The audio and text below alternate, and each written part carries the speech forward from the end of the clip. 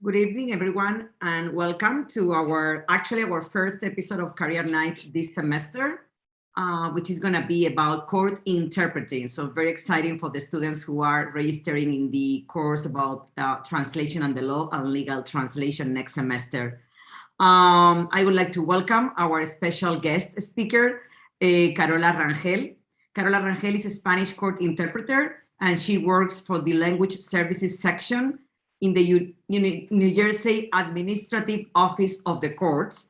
And she was so generous to participate in our Career Series Night virtually. Karola was in the university on campus actually in 2018. We were remembering before starting this conversation. And we had a wonderful panel with Career Night, and we wanted to invite her again because it was very exciting for the students, and they always have so many questions about court interpreting career opportunities. So welcome, Karola. Thank you so much for being here. Thank you for having me again. Good evening, everybody. And so the sequence is going to be, I'm going to let Karola talk about what a court interpreter does in New Jersey at the state level. What are the opportunities at the state and federal level for court interpreters? What are the tasks of the court interpreter?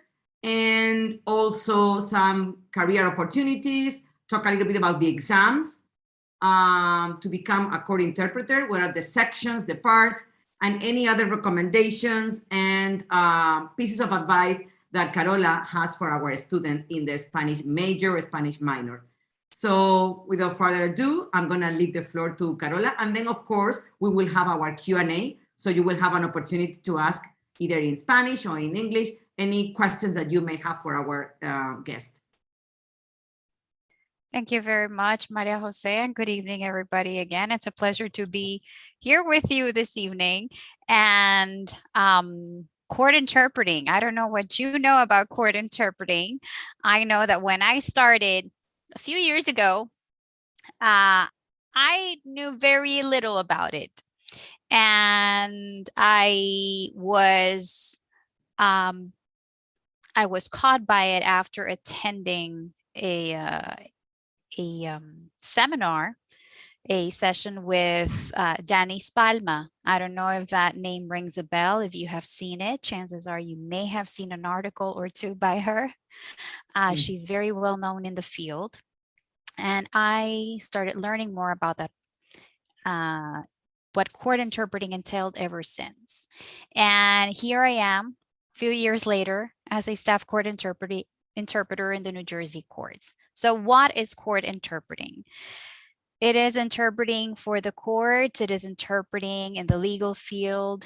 There are different types of certifications or approval processes that you can go through in order to become credentialed in every state or in the different states or locations where you would like to work. Of course, the standards vary according to the location. I am going to focus mainly on what it entails at the state level, because I am approved here in the state of New Jersey. I am certified in the state of Florida, where I started my interpreting career. And municipal, federal, immigration courts, they handle their credentialing system a little bit differently. I can touch upon a couple of them briefly. I will focus more on the area that I know better, which is state courts, especially New Jersey and Florida. And so in general terms, as I was saying, yes, a court interpreter is involved in any type of proceeding in which a limited English proficient court user requires the services of an interpreter. And I am not sure if you know what a limited English proficient court user is, or if you have heard that term before. I may make reference to it as LEP, so FYI. the acronyms. One of the acronyms that is very widely used whenever you hear any talks about language access. And this is one of the ways in which court interpreters become key in providing language access to those LEP court users by facilitating communication throughout the entire process. What do court interpreters do? They enable the communication by leveling the playing field. That way, it's communication between the judge, between the court user, between the attorneys, between the litigants, and they're all at the same level. So there is no language barrier, there's no interference due to language. That's where the court interpreter is key. Yes, it does require some preparing, it does require some training. Being bilingual, as we know, is not enough. That is a main component. Having full command of both languages, or however many languages you plan on using as your working languages, is essential. That is not it. That's a big chunk of it, right?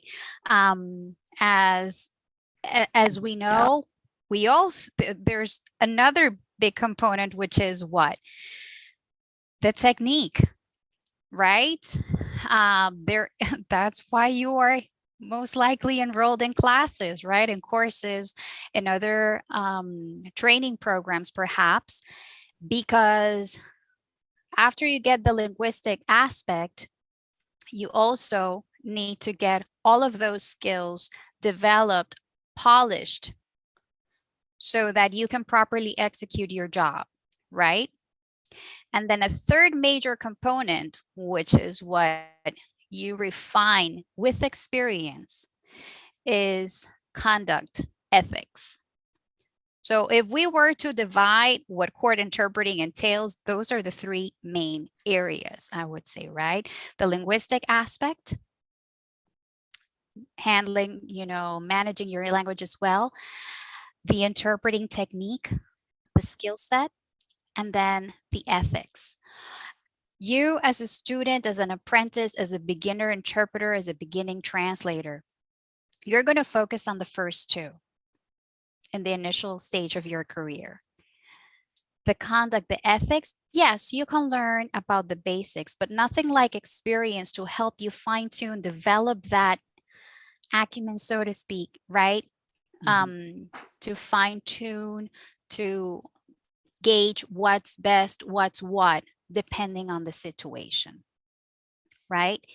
And so you may wonder, okay, so I have my languages already set. I am undergoing certain, I'm in some training programs. I am ready for the next step. So what else? Well, if you're already in those two, have you actually seen what court interpreting entails, or are you fascinated by the theory of it? Because one thing is what we think things are, and then when we see what it really entails, what it actually is, it may be a little bit different, to what we think it is. And I know that's happened to more than one, that I have met in all these years, that they think, oh yes, I like it, I'm ready for this. And then they walk into a courtroom and they're like, nope, not for me. Okay, so I encourage you all to, if you have not ever set foot in a courthouse, if you have never seen not Law and Order, but a real, courtroom setting, to do so. And while it may be a little bit different these days due to the circumstances, yes, the courthouses are open to the public, but better than that, now you can access court from the comfort of your home, because now you can go to YouTube, you can go online, and you can access live events, court sessions streamed live, right? The same way we're being streamed live right now. Well, court sessions are streamed live the same way. And in a little bit, I will show you how to access that through the New Jersey Courts channels link. Okay, So if you have some time, you can, go check it out, see if you can see what court is all about, and maybe catch an interpreting case and see how that is handled. Just to have a very just to have an idea, have any of you, and I don't know if you know how to use reactions, but if you do, feel free to raise your hand or put an emoji. Have any of you seen a live court event by any chance? I see one hand at least. Okay, 2, 3, 4. I see a couple. Okay, so it's not totally foreign to some of you. So that's great. You have an idea of what happens in real life, not in, not in a show. And not to say that those are not good for practicing, because those are great. For dramatic effect, they plug in some legalese. The order of the proceeding itself may be a little bit, may not be quite there, but they're great for practicing.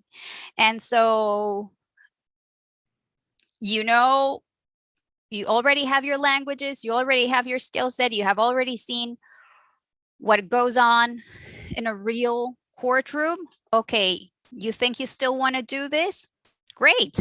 So if you don't have a mentor, if you don't know anybody who's actually in the field doing this day in and day out, I strongly suggest you get to know someone that does this, right? And I'm also going to share with you the directory of interpreting contacts later in case you would like to reach out anybody at the Superior Court level in New Jersey. They will be happy to direct you to someone who can talk to you a little bit more about interpreting for the New Jersey courts, right? It is always good to hear from someone that's already in the field. If you feel this is still right for you, what are you going to do next? Well, find out what it is that you need to do in order to get properly credentialed in the state that you want to work in. And so the process is a tad bit different from New York to what it is in Pennsylvania to what it is here in New Jersey. So in New Jersey, as I was saying earlier, it's not called a certification process. Here in New Jersey, the Administrative Office of the Courts, or the AOC, as we know it here, approves interpreters. So what does that process entail? Well, first of all, you have to sign up for a written test, right? And information on that, it's all on the website. And I will share that link with you later as well. And you sign up for that written test. What does that written test you on? Well, your English proficiency. So don't worry, they're not going to test you on your proficiency in the other language just yet, right? First, you have to go through the written test and prove that you have a certain proficiency level in English and certain knowledge on the legal system, right?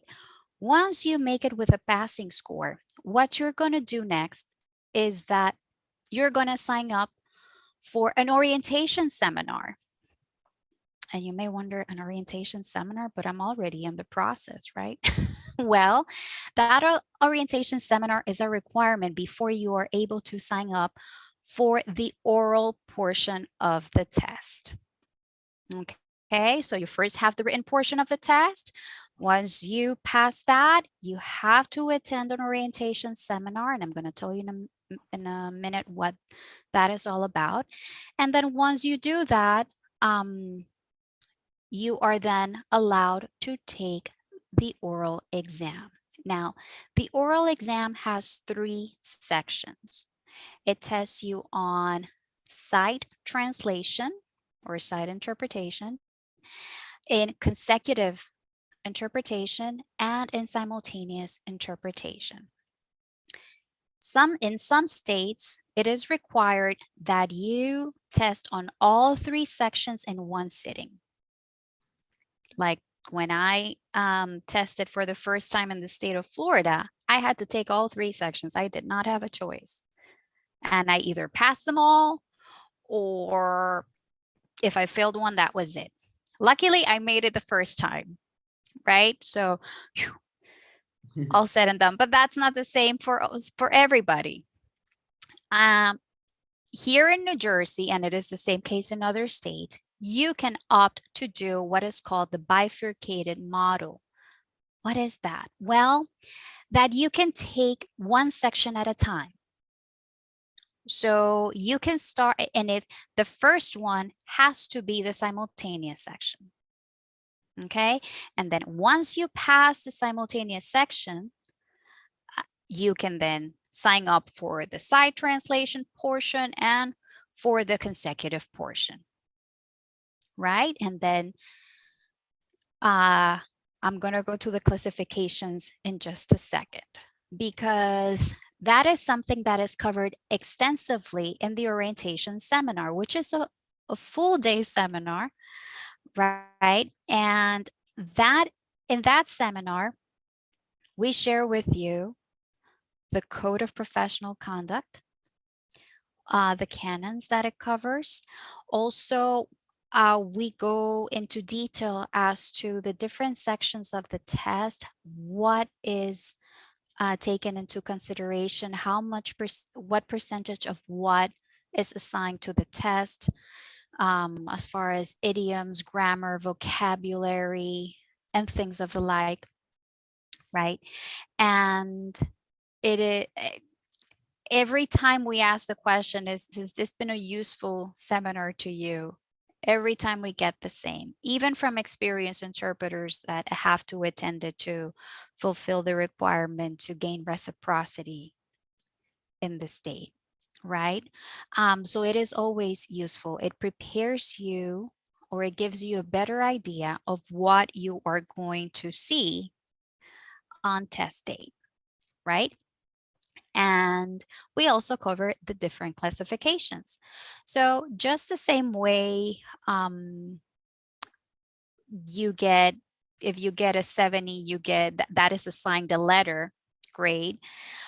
When you test for, when you test, you, depending on the score you get, you either fail or are approved at the conditional level, or at the journeyman level, or the highest, which is the master level.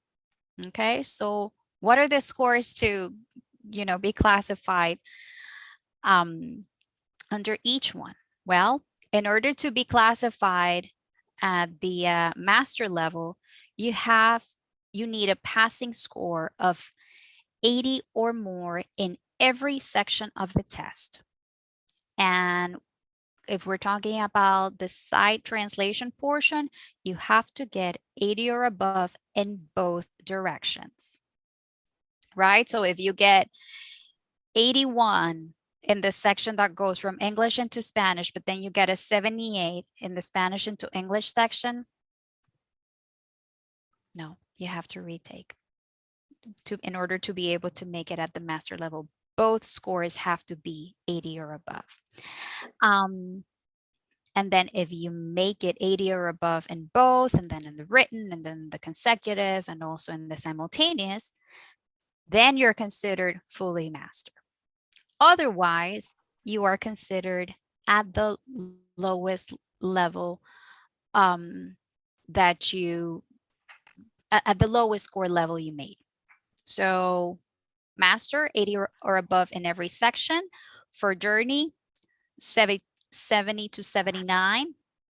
And conditionally approved, if I'm not mistaken, it's 55 to 69. Okay. So far, we're okay. And if you have any questions in the meantime, I know we're going to have a Q&A later, but if something comes to mind, and if Maria Jose is okay with it, you can write it on the chat. Sure, of course. And so that is as far as the classifications, right? Does this have any impact on what you get paid? Absolutely. Absolutely. Not only as a freelance interpreter, because remember, what are your options then? You want to get credentialed to do what? To work as a staff interpreter or to work independently as a contractor. If either, whether it's one or the other, your classification is going to determine how much you get paid, right? And so there is the contract that freelancers sign every year. And depending on their classification, the higher it is, the more they get paid. So it is to your advantage for several reasons to achieve that highest score possible, right? It's going to benefit you in many ways, not only because, yes, you are aiming at that higher rate of accuracy, which is what we all aim for, right? But it also benefits us, so that hard work pays off. Okay. And if you decide you want to apply for a staff position, let's say at the New Jersey courts, the starting salary for an interpreter at the journey level is lower than that for a master level interpreter. So it is also to your advantage. It puts you in a better position even at that. The starting salary is higher for a master level interpreter. And so going to the options as far as work, well, you can certainly apply for a staff position with the courts. You can, of course, work on your own. You can become a freelance interpreter. You can work for agencies. Now, mind you, if you work for agencies, it may work a little bit different if you're also in the registry of approved court interpreters in New Jersey. One thing that I failed to mention is that once you are approved, be it at the conditional journey or master level, you can, your name will pass on to be added to that registry of approved court interpreters. So anybody can access that. Any vicinage coordinator of interpreting services, and this is a term you may want to know, especially if you want to observe interpreters in court. And I'm going to throw out there another acronym because, yes, we use a lot of acronyms. VCIS, which stands for Vicinage Coordinator of Interpreting Services. And just a parenthesis here, you may wonder what's vicinage. Vicinage is a rather archaic term, but it is what is used here in New Jersey to delineate what is otherwise known as the jurisdiction or district. And so in Florida, for instance, is known as a circuit. And so it can be one county or it can be more than one county. And so, for instance, Passaic County is one vicinage. But then you go to Morris and Sussex counties, those two make up one vicinage, right? So in New Jersey, there are 21 counties, 15 vicinages. So in case you wonder what vicinage is. And so opportunities to work, as I was saying, staff, freelance, through agencies. Before, the opportunities to work remotely were limited. Now they're so much more. Before, the remote work was limited to telephonic for the most part. Now, there's still some telephonic, but now the bulk of it is what we know as video remote interpreting, right? Or VRI. And there is also more remote simultaneous interpreting done, or RSI. So another thing to add, because there's not enough, right, that we have already with getting to know and manage our languages and our interpreting skill set and the conduct and ethics, but also know the technology that's used, not only in remote platforms, but what is used in the courtroom, right? Because before the pandemic, there was technology used in the courtroom, right? Especially with the use of simultaneous interpreting. You would see people wearing headsets of some sort in the courtroom, that is so that they could hear the interpretation that an interpreter would transmit from, yes, a microphone attached to a small transmitter. And that is to make the process a whole lot more efficient and effective and less disruptive. So another important point, learn about the technology. Um, very, very useful. It's become much more useful, especially in the last year and a half or so. Keep up to date with all of those things. And Maria Jose, help me here. Any other areas that are important that you would like me to cover before I move on to? I think you're pretty much covering what we said about the steps for the written exam, the oral, and all the things that, all the functions of the court interpreter. So you pretty articulated very much most of the points. So if you want to continue, unless there is some questions so far. So before I take questions, I just want to comment on a couple of things, particularly on New Jersey. One, about retesting and about municipal, and then I'll mention a couple of things about immigration and federal.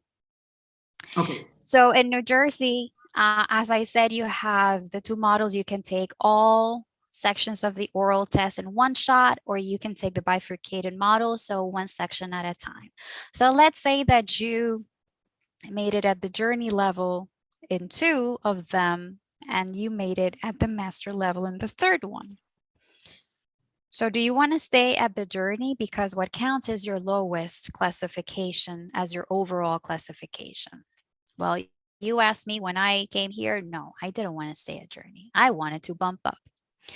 So I did, but I had to retest a couple of times. No biggie. It's about making it, not how many times you try. And so, yes, I was able to do it. And yes, you can do it too. Okay. So if your goal is to make it to master level, but you don't make it there in the first shot, hey, you can still make it. It may just take you retesting one or two more times. So that is absolutely possible. And then at the municipal court level, because you may have a municipal court closer to you in case you want to go on site or inquire, or maybe that's the kind of thing you would like to do instead. Things work a tad bit different. So my advice on that, reach out to your local municipal court or the one that you would like to go watch or learn more about. And again, the way interpreting is handled at the superior court level is a little bit different. There is plenty of information on the New Jersey court's website. It does mention the municipal courts as well. And again, I will share those links with you in a little bit. As far as the testing process to work at the federal court level, it does, the federal court the federal court interpreter certification program also consists of a two-step process. First, you have to take a written exam. Mind you, it is only available for Spanish, right? At the federal level, these days, it is only available for Spanish. Early on, the test was also available for Haitian Creole and Navajo, but not anymore. It's only for Spanish. And that written test does test your proficiency in both languages, English and Spanish. And it also tests you on your knowledge of some legal terminology in both languages. It is a very difficult exam. It is not impossible to pass, though. It just takes some hard work and dedication. Once you make it, you can then sign up for the oral exam. Now, the passing score for the federal oral is 80%, and that you have to take in one sitting. There's no option for, to break it down by sections, just one sitting and that's it. Okay. And the schedule is usually every other year. However, in the past couple of years, things have changed a tad bit for a couple of different reasons. So if you ever wonder what's the schedule, what's on for this year, written or oral, you can most certainly go to their webpage and look up what's the latest on that. Last I heard, and it was a couple weeks ago, is that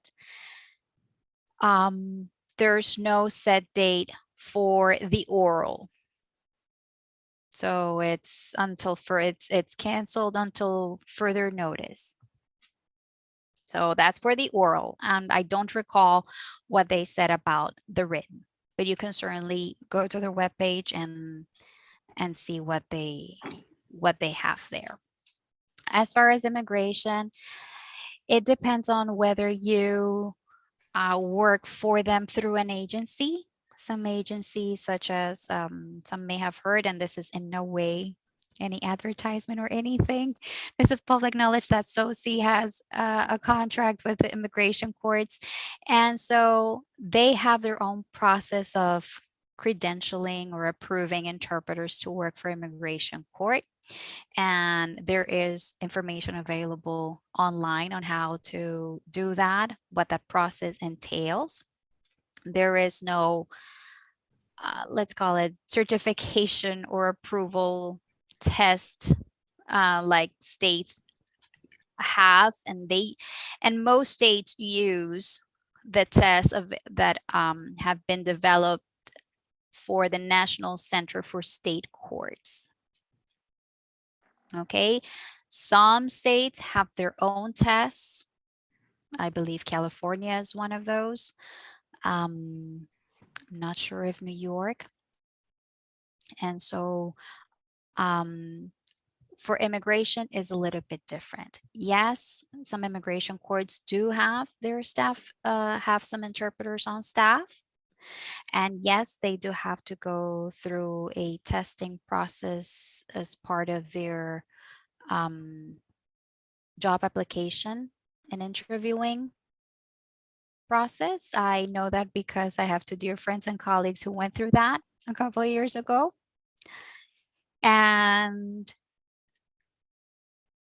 I want to mention one more thing as far as the testing and going back to testing in New Jersey for different languages. So not every language combination has a test available, right? So for languages of lesser diffusion, the process is a little bit different, okay? And it may just require a proficiency test, be it in the language or in English. And for more information on that, you can certainly check out the language services section page that is available through njcourts.gov. Okay. Thank you so much, Karola. I don't know if you wanna, before moving to the Q&A section, you're gonna walk us through the websites, or you're gonna show us I was very interested in the course sessions that are streamed live that you mentioned. I would like to know where we can see that. So absolutely, I'm going to show you those, and I'm going to try to copy and paste them into the chat box. Thank you. And let me start sharing my screen. And let me know if you can see. Yes. Okay, so this is the New Jersey Courts main, the home page, right? And once you get here, how are you going to get to language services if I don't have the links that were shared here handy? Well, you're going to go all the way to the bottom, and you see it under essential links. Can you see interpreting? Yes. So you click right there. So where is that going to take you? To this next page. to the language services section. Okay. And here you can read about the language access plan, which is an administrative directive that was issued back in 2017, and it talks all things language access related, not only about spoken languages, because here we're only talking about spoken language credentialing. The process for sign language is a little bit different. And if you, for more information about language services, you can certainly email this email address here or contact my boss, Brenda Carrasquillo. She's the language services manager. And here you have general information on the very hot topic these days, VRI resources. We have the directory of contacts and other things that I'm going to be showing you in just a bit. The registry of interpreting resources on becoming a New Jersey court interpreter, and also on how to register an agency. And so let me go to the page where it talks about becoming a New Jersey court interpreter. So I think this was brilliant how they sectioned this. So step 1, prepare for the court interpreting profession, then qualify to become a court interpreter through the approval program, and 3, register to work in the court. So you can access all of this information right here. It's very, very informative. It's very, very thorough. And then one of those resources that sums up the role of the court interpreter, which is valuable not only to court interpreters, but also to staff, to the court users that use the interpreting services, is this brochure here. And it is available in 4 or 5 different languages. Spanish, of course, which is the language of highest demand in the state. Also in Haitian Creole, it is available in Polish, in Korean, and Portuguese. And it covers topics as how to work with a court interpreter, what the interpreter will do, what the court interpreter cannot do, what if the person doesn't understand something, and what to do in that case. The other page is this one. This is one of the other links that's there that can be useful. And notice how you can click on the different languages if you want to change, if you want to see it, you know, want to see if it works, right? And yes, you can also access it in different languages, the website. This is also extremely useful, important interpreter resources. And it talks about, it takes you to the links to the different professional associations and groups of linguists. If you don't belong to any of these associations, you can certainly benefit from, most of them have a student fee, which is much lower than the, more often than not, much lower than the regular membership fee. So, and they always have mentorship programs and other valuable resources. This is the directory of contacts for interpreting services. This is where you will find the information of contacts by vicinage, and not only the VCISs, but some and also the interpreters' contact information, their numbers, their email addresses. And so if any of you, remind me, is Hackensack or Patterson closer to you? I think it's Patterson. Patterson, okay. Essex County is our county. Okay. So, because I know sometimes they're like closer to one side than the other. So here you can, you know, reach out to any of these contacts if you want someone closer to you or not. And then how do you see court live? Well, you go to the NJ Court's court sessions or channels, right? And if there is something live, it is going to show here. It is highly unlikely that anything is live right now because court usually ends at 4:30 unless something is running late. You'll probably not see anything here, but you can certainly let's check out. There's something going on here. You would simply click on the link. Maybe it's not happening, but that's how you would do it. You would go to this page, click on it, and that will redirect you to that other page, and yeah, they're already done. Maybe because you are sharing the screen and we are with this stream. Maybe that's another, yeah, that's a good point. Because when I am trying to show right. something live, if I am sharing the screen via Zoom, sometimes it doesn't allow me. Right, and you're also streaming this, so right, that could very well be. But this is the page where you would go to. Okay, so it was going to be public media. Where did you link? Where did you click exactly? Within I will send you the link on how to get there, but you can also simply go to Google and type NJ Courts channels. Okay. And that's it. Oh, okay, good. And it'll take you there. And you see? And that's it. And you see where this is, there's nothing going on right now. Okay. Okay, great. So are we open to the Q&A portion of the event? Students, this is your opportunity to ask Karola any questions that you have. I have one question. Well, Steven has one.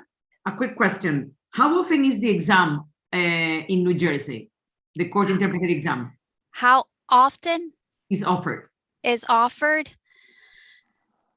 I don't remember off the top of my head how often the written is offered, but I can tell you that the oral is offered 3 times a year. At least this last year was offered like that. I know there is testing now in December, then in April, and then in August. Okay. So it's like spring, summer, and winter. Okay, thank you. So we have a couple of questions. Steven? Yes, good evening. Just a quick question. I know I might be trying to shoot for the stars for this one, since you said you mostly focus on the state level, but I don't know if you knew anything about how's the workload as an interpreter for the federal level. Do you get stationed in maybe a tri-state area, or are you just wherever you get appointed and then you go to different states? I just wonder how is that process, because I am a federal employee already, and I have been since 2014. So more for retirement purposes, it would make sense for me to stay federal versus switching over to state.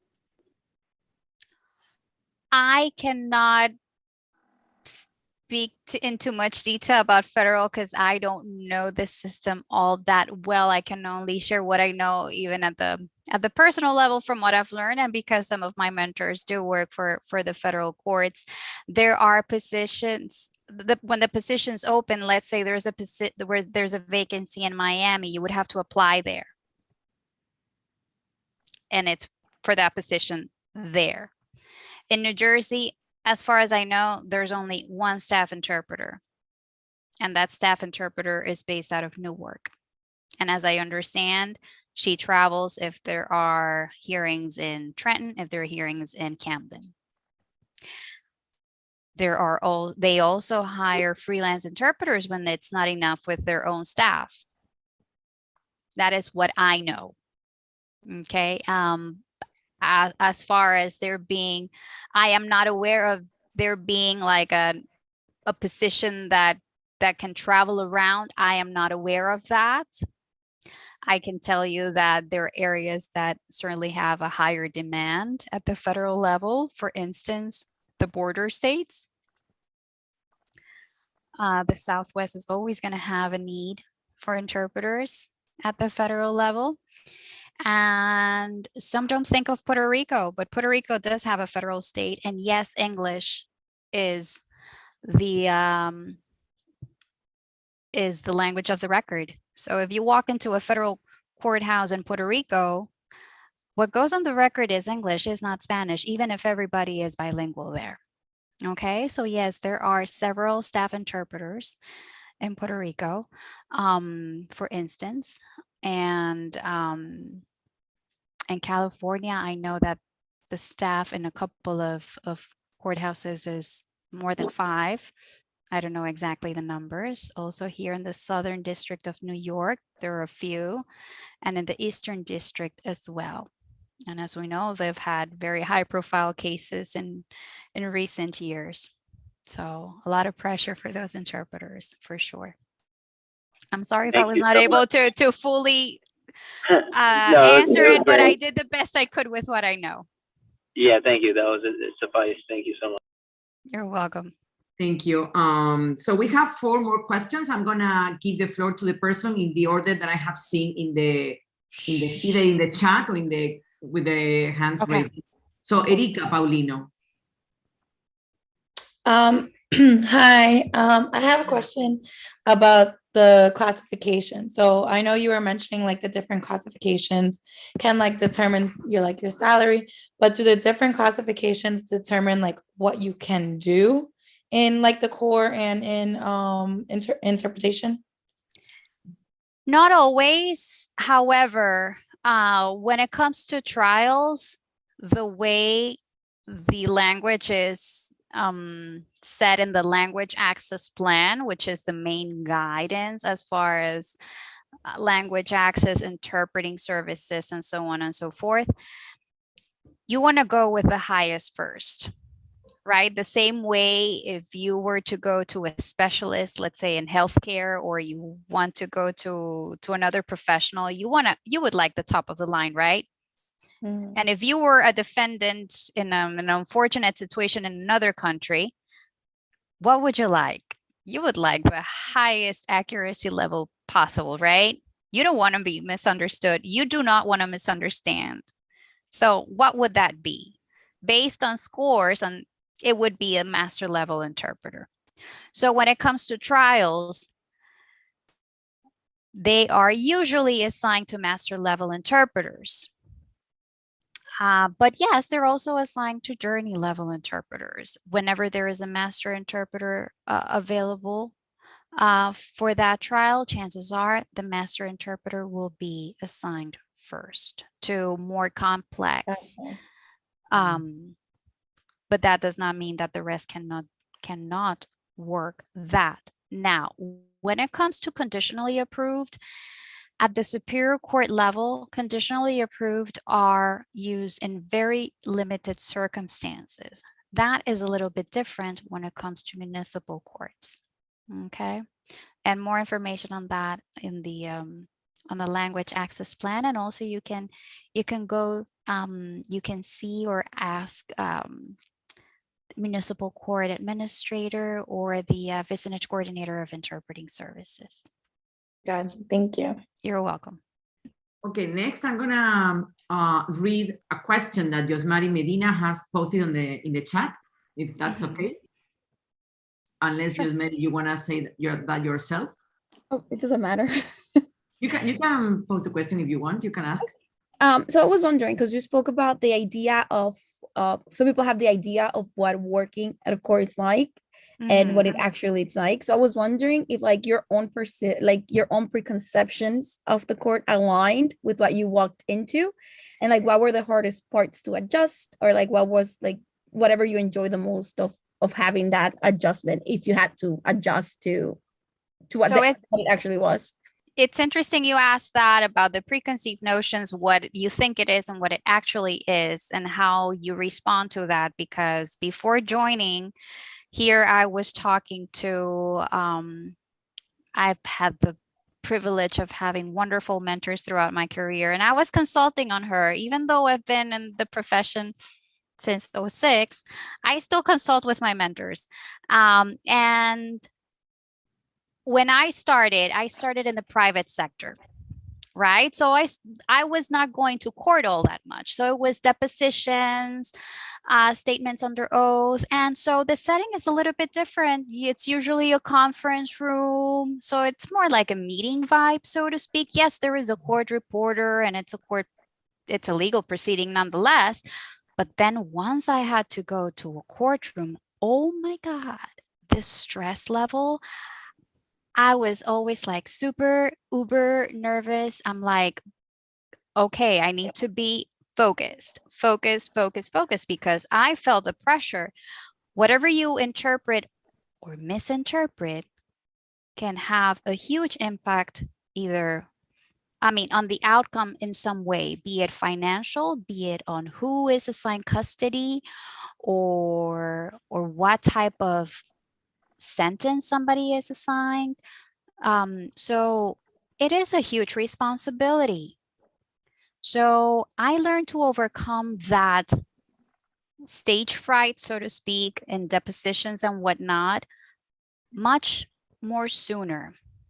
And as a younger interpreter, not only in age, but as far as experience, that was very difficult for me, right? Because I remembered, oh my God, the headlines on what happened to this case and whatnot. And you are part of the process and you enable communication. So it's a big responsibility, right? What we play is a huge role. And some people don't realize that. Now, you think of that case of El Chapo in the Southern District of New York. How much evidence was translated? Right? A whole lot. How much interpretation happened there? Right? What kind of impact did that have on everybody involved in that process? So it is a lot of pressure. And so in the way that you're able to handle that stress and focus on what's important, better prepare and all that, at first I had a hard time, managing that stage fright. And I would see my mentors going up on stage so cool, calm, and collected. And I'm like, how did they just do that? Just like that, like it's another day. And in part, experience takes you there. That's one. Stress management is a big part of it. Not just in this profession, but like in many others. It's about performance. So think about athletes. They also go through some, right, stress to perform. We're under the same kind of stress, right? And so with time, I learned, and that's where some people say, this is not for me. I cannot handle this pressure. Yes, I like the theory of it and studying for it and prepping for it and watching Law and Order. And if it were just all like that, it would be all so cool. But then you realize it takes a little bit more than that. And then the ethical component and how you keep detached, right? Because we are also human beings. And you also see human suffering or, some of these victims and the alleged perpetrators and then those that are convicted of crimes. We're also there on the line. We can also, be victims of vicarious trauma, even if we're not in a medical interpreting setting. So it's about learning to stay where you are, manage the stress, and handle everything else. And that's where some people say, I rather translate or I rather, shift gears into another career. And so, yes, what I thought before I started, I can handle this. It's not going to be that bad. Oh, the first years were rough. And let me tell you, after 8.5 years in the private sector, I started going to criminal court. And those first few months, oh my.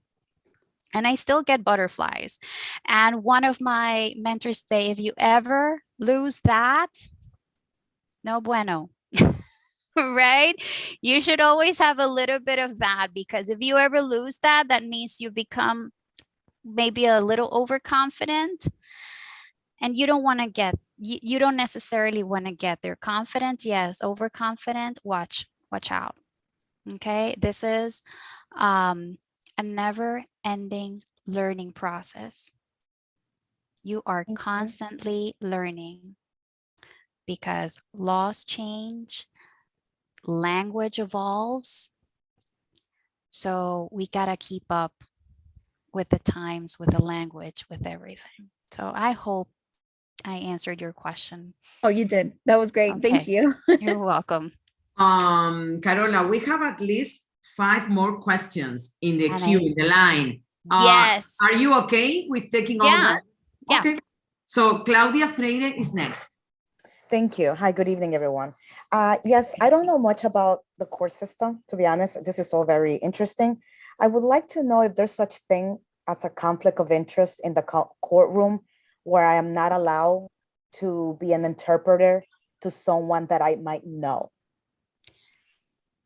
Yeah, there could potentially be. If you are someone that cannot remain neutral, impartial during a process, yes, absolute conflict of interest. If you are there in the capacity, in the role of the interpreter, it is your duty. That's one of the canons. Canon 3, impartiality on conflicts of interest. It is your duty to disclose. You disclose whether you think it's relevant or not. It's not up. It is not up to you to decide. It is your duty to disclose. Your Honor, this interpreter is familiar with this person in this capacity. And in my role as an interpreter, I can or cannot remain neutral. And then you let the court decide. The court will most likely consult with the attorneys or the parties. It depends on, how the judge handles it.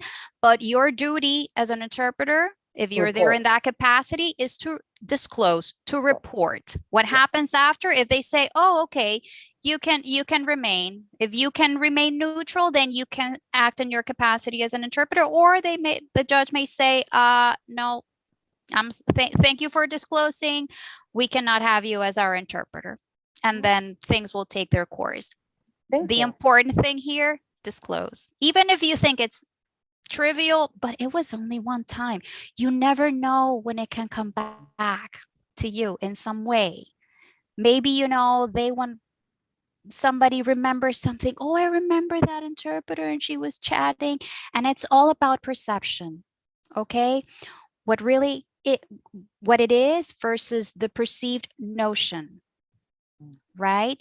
And that's why you disclose.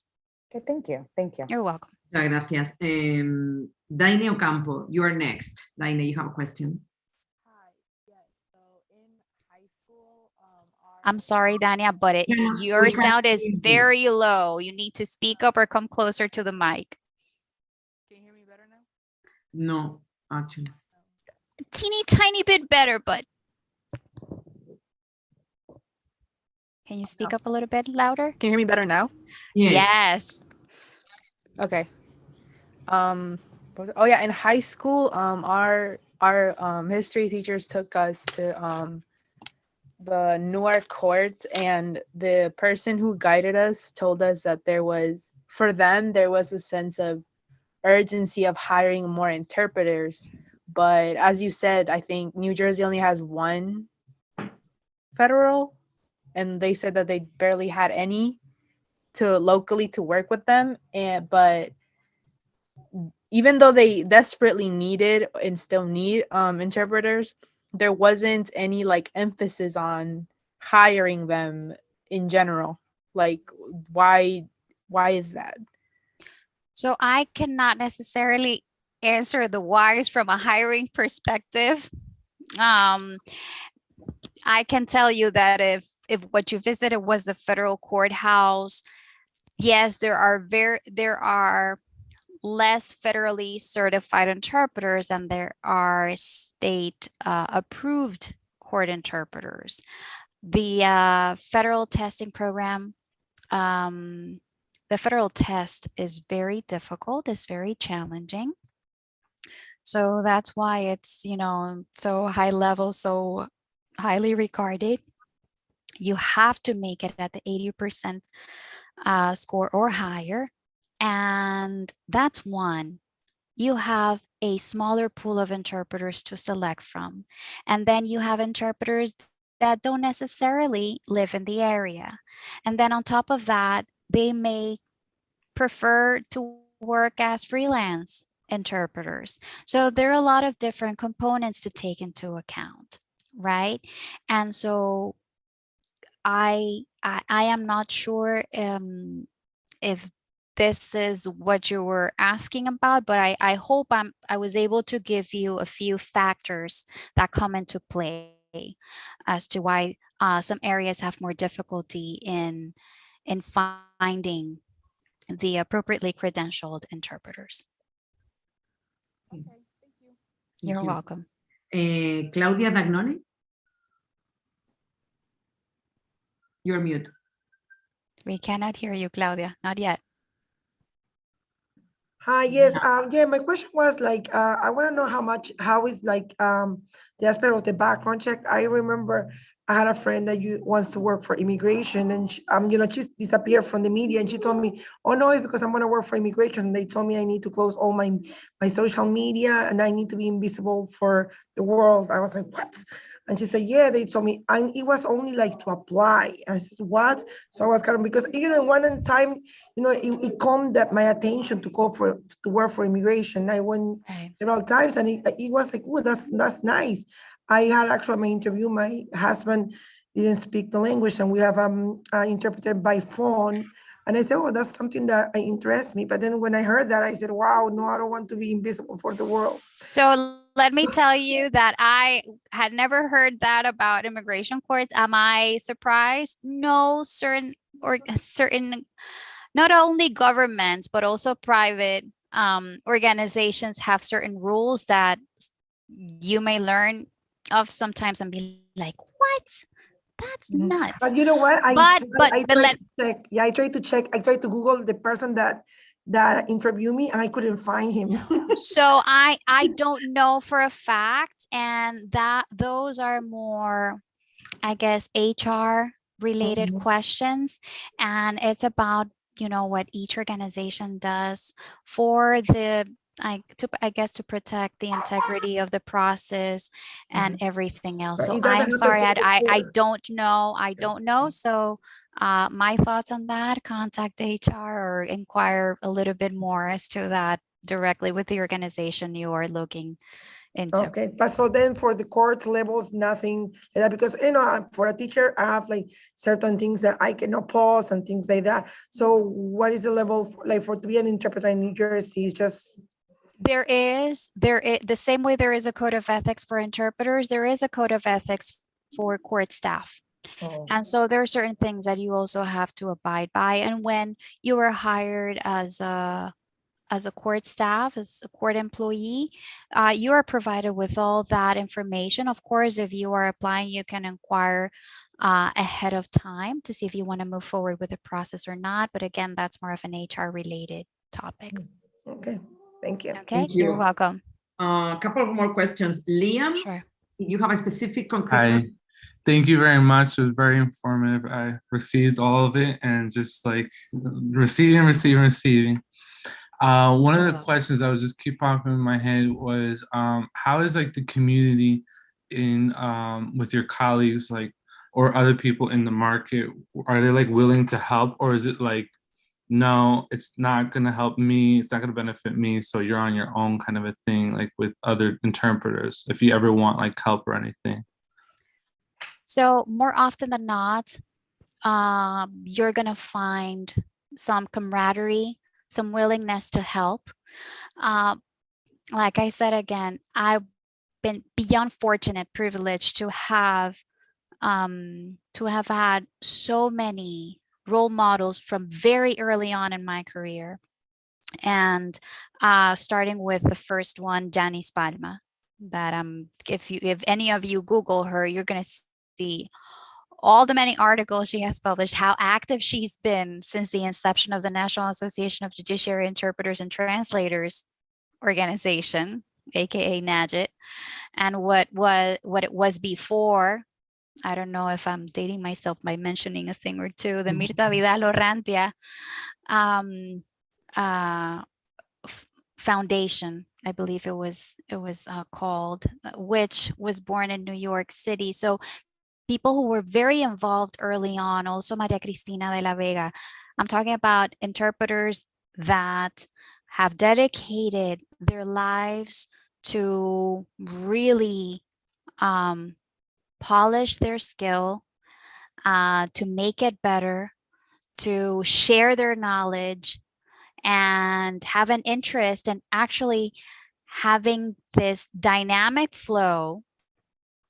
You're going to find that in certain groups more than in others. It can also vary from one, area of the country to the other, or from one language group to the next.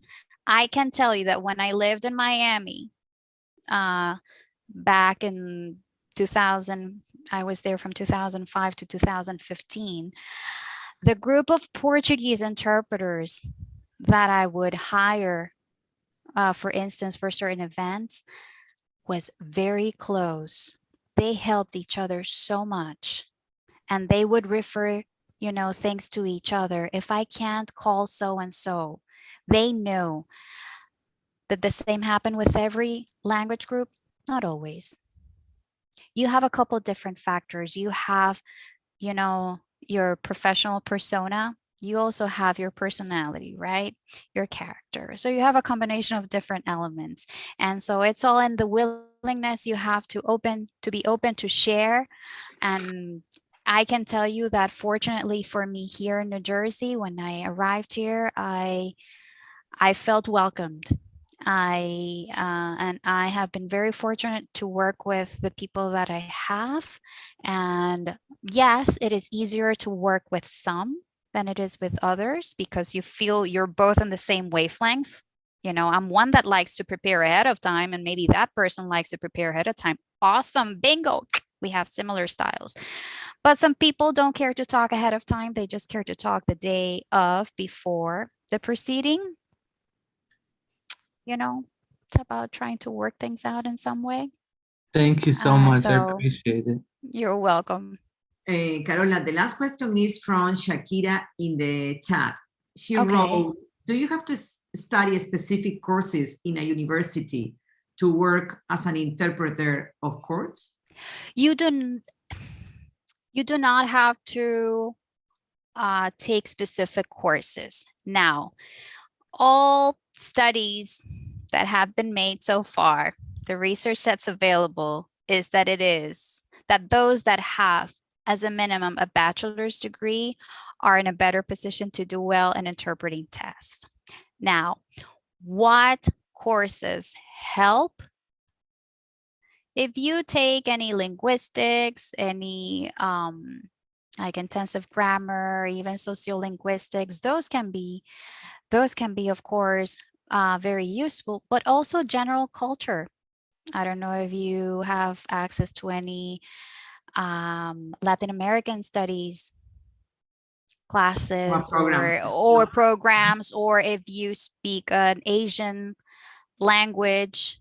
I don't know if there are Japanese studies or Chinese studies classes available and in institutions close to you. So anything is helpful, to be quite honest, because knowing the culture is a big component. Culture is major component of a language.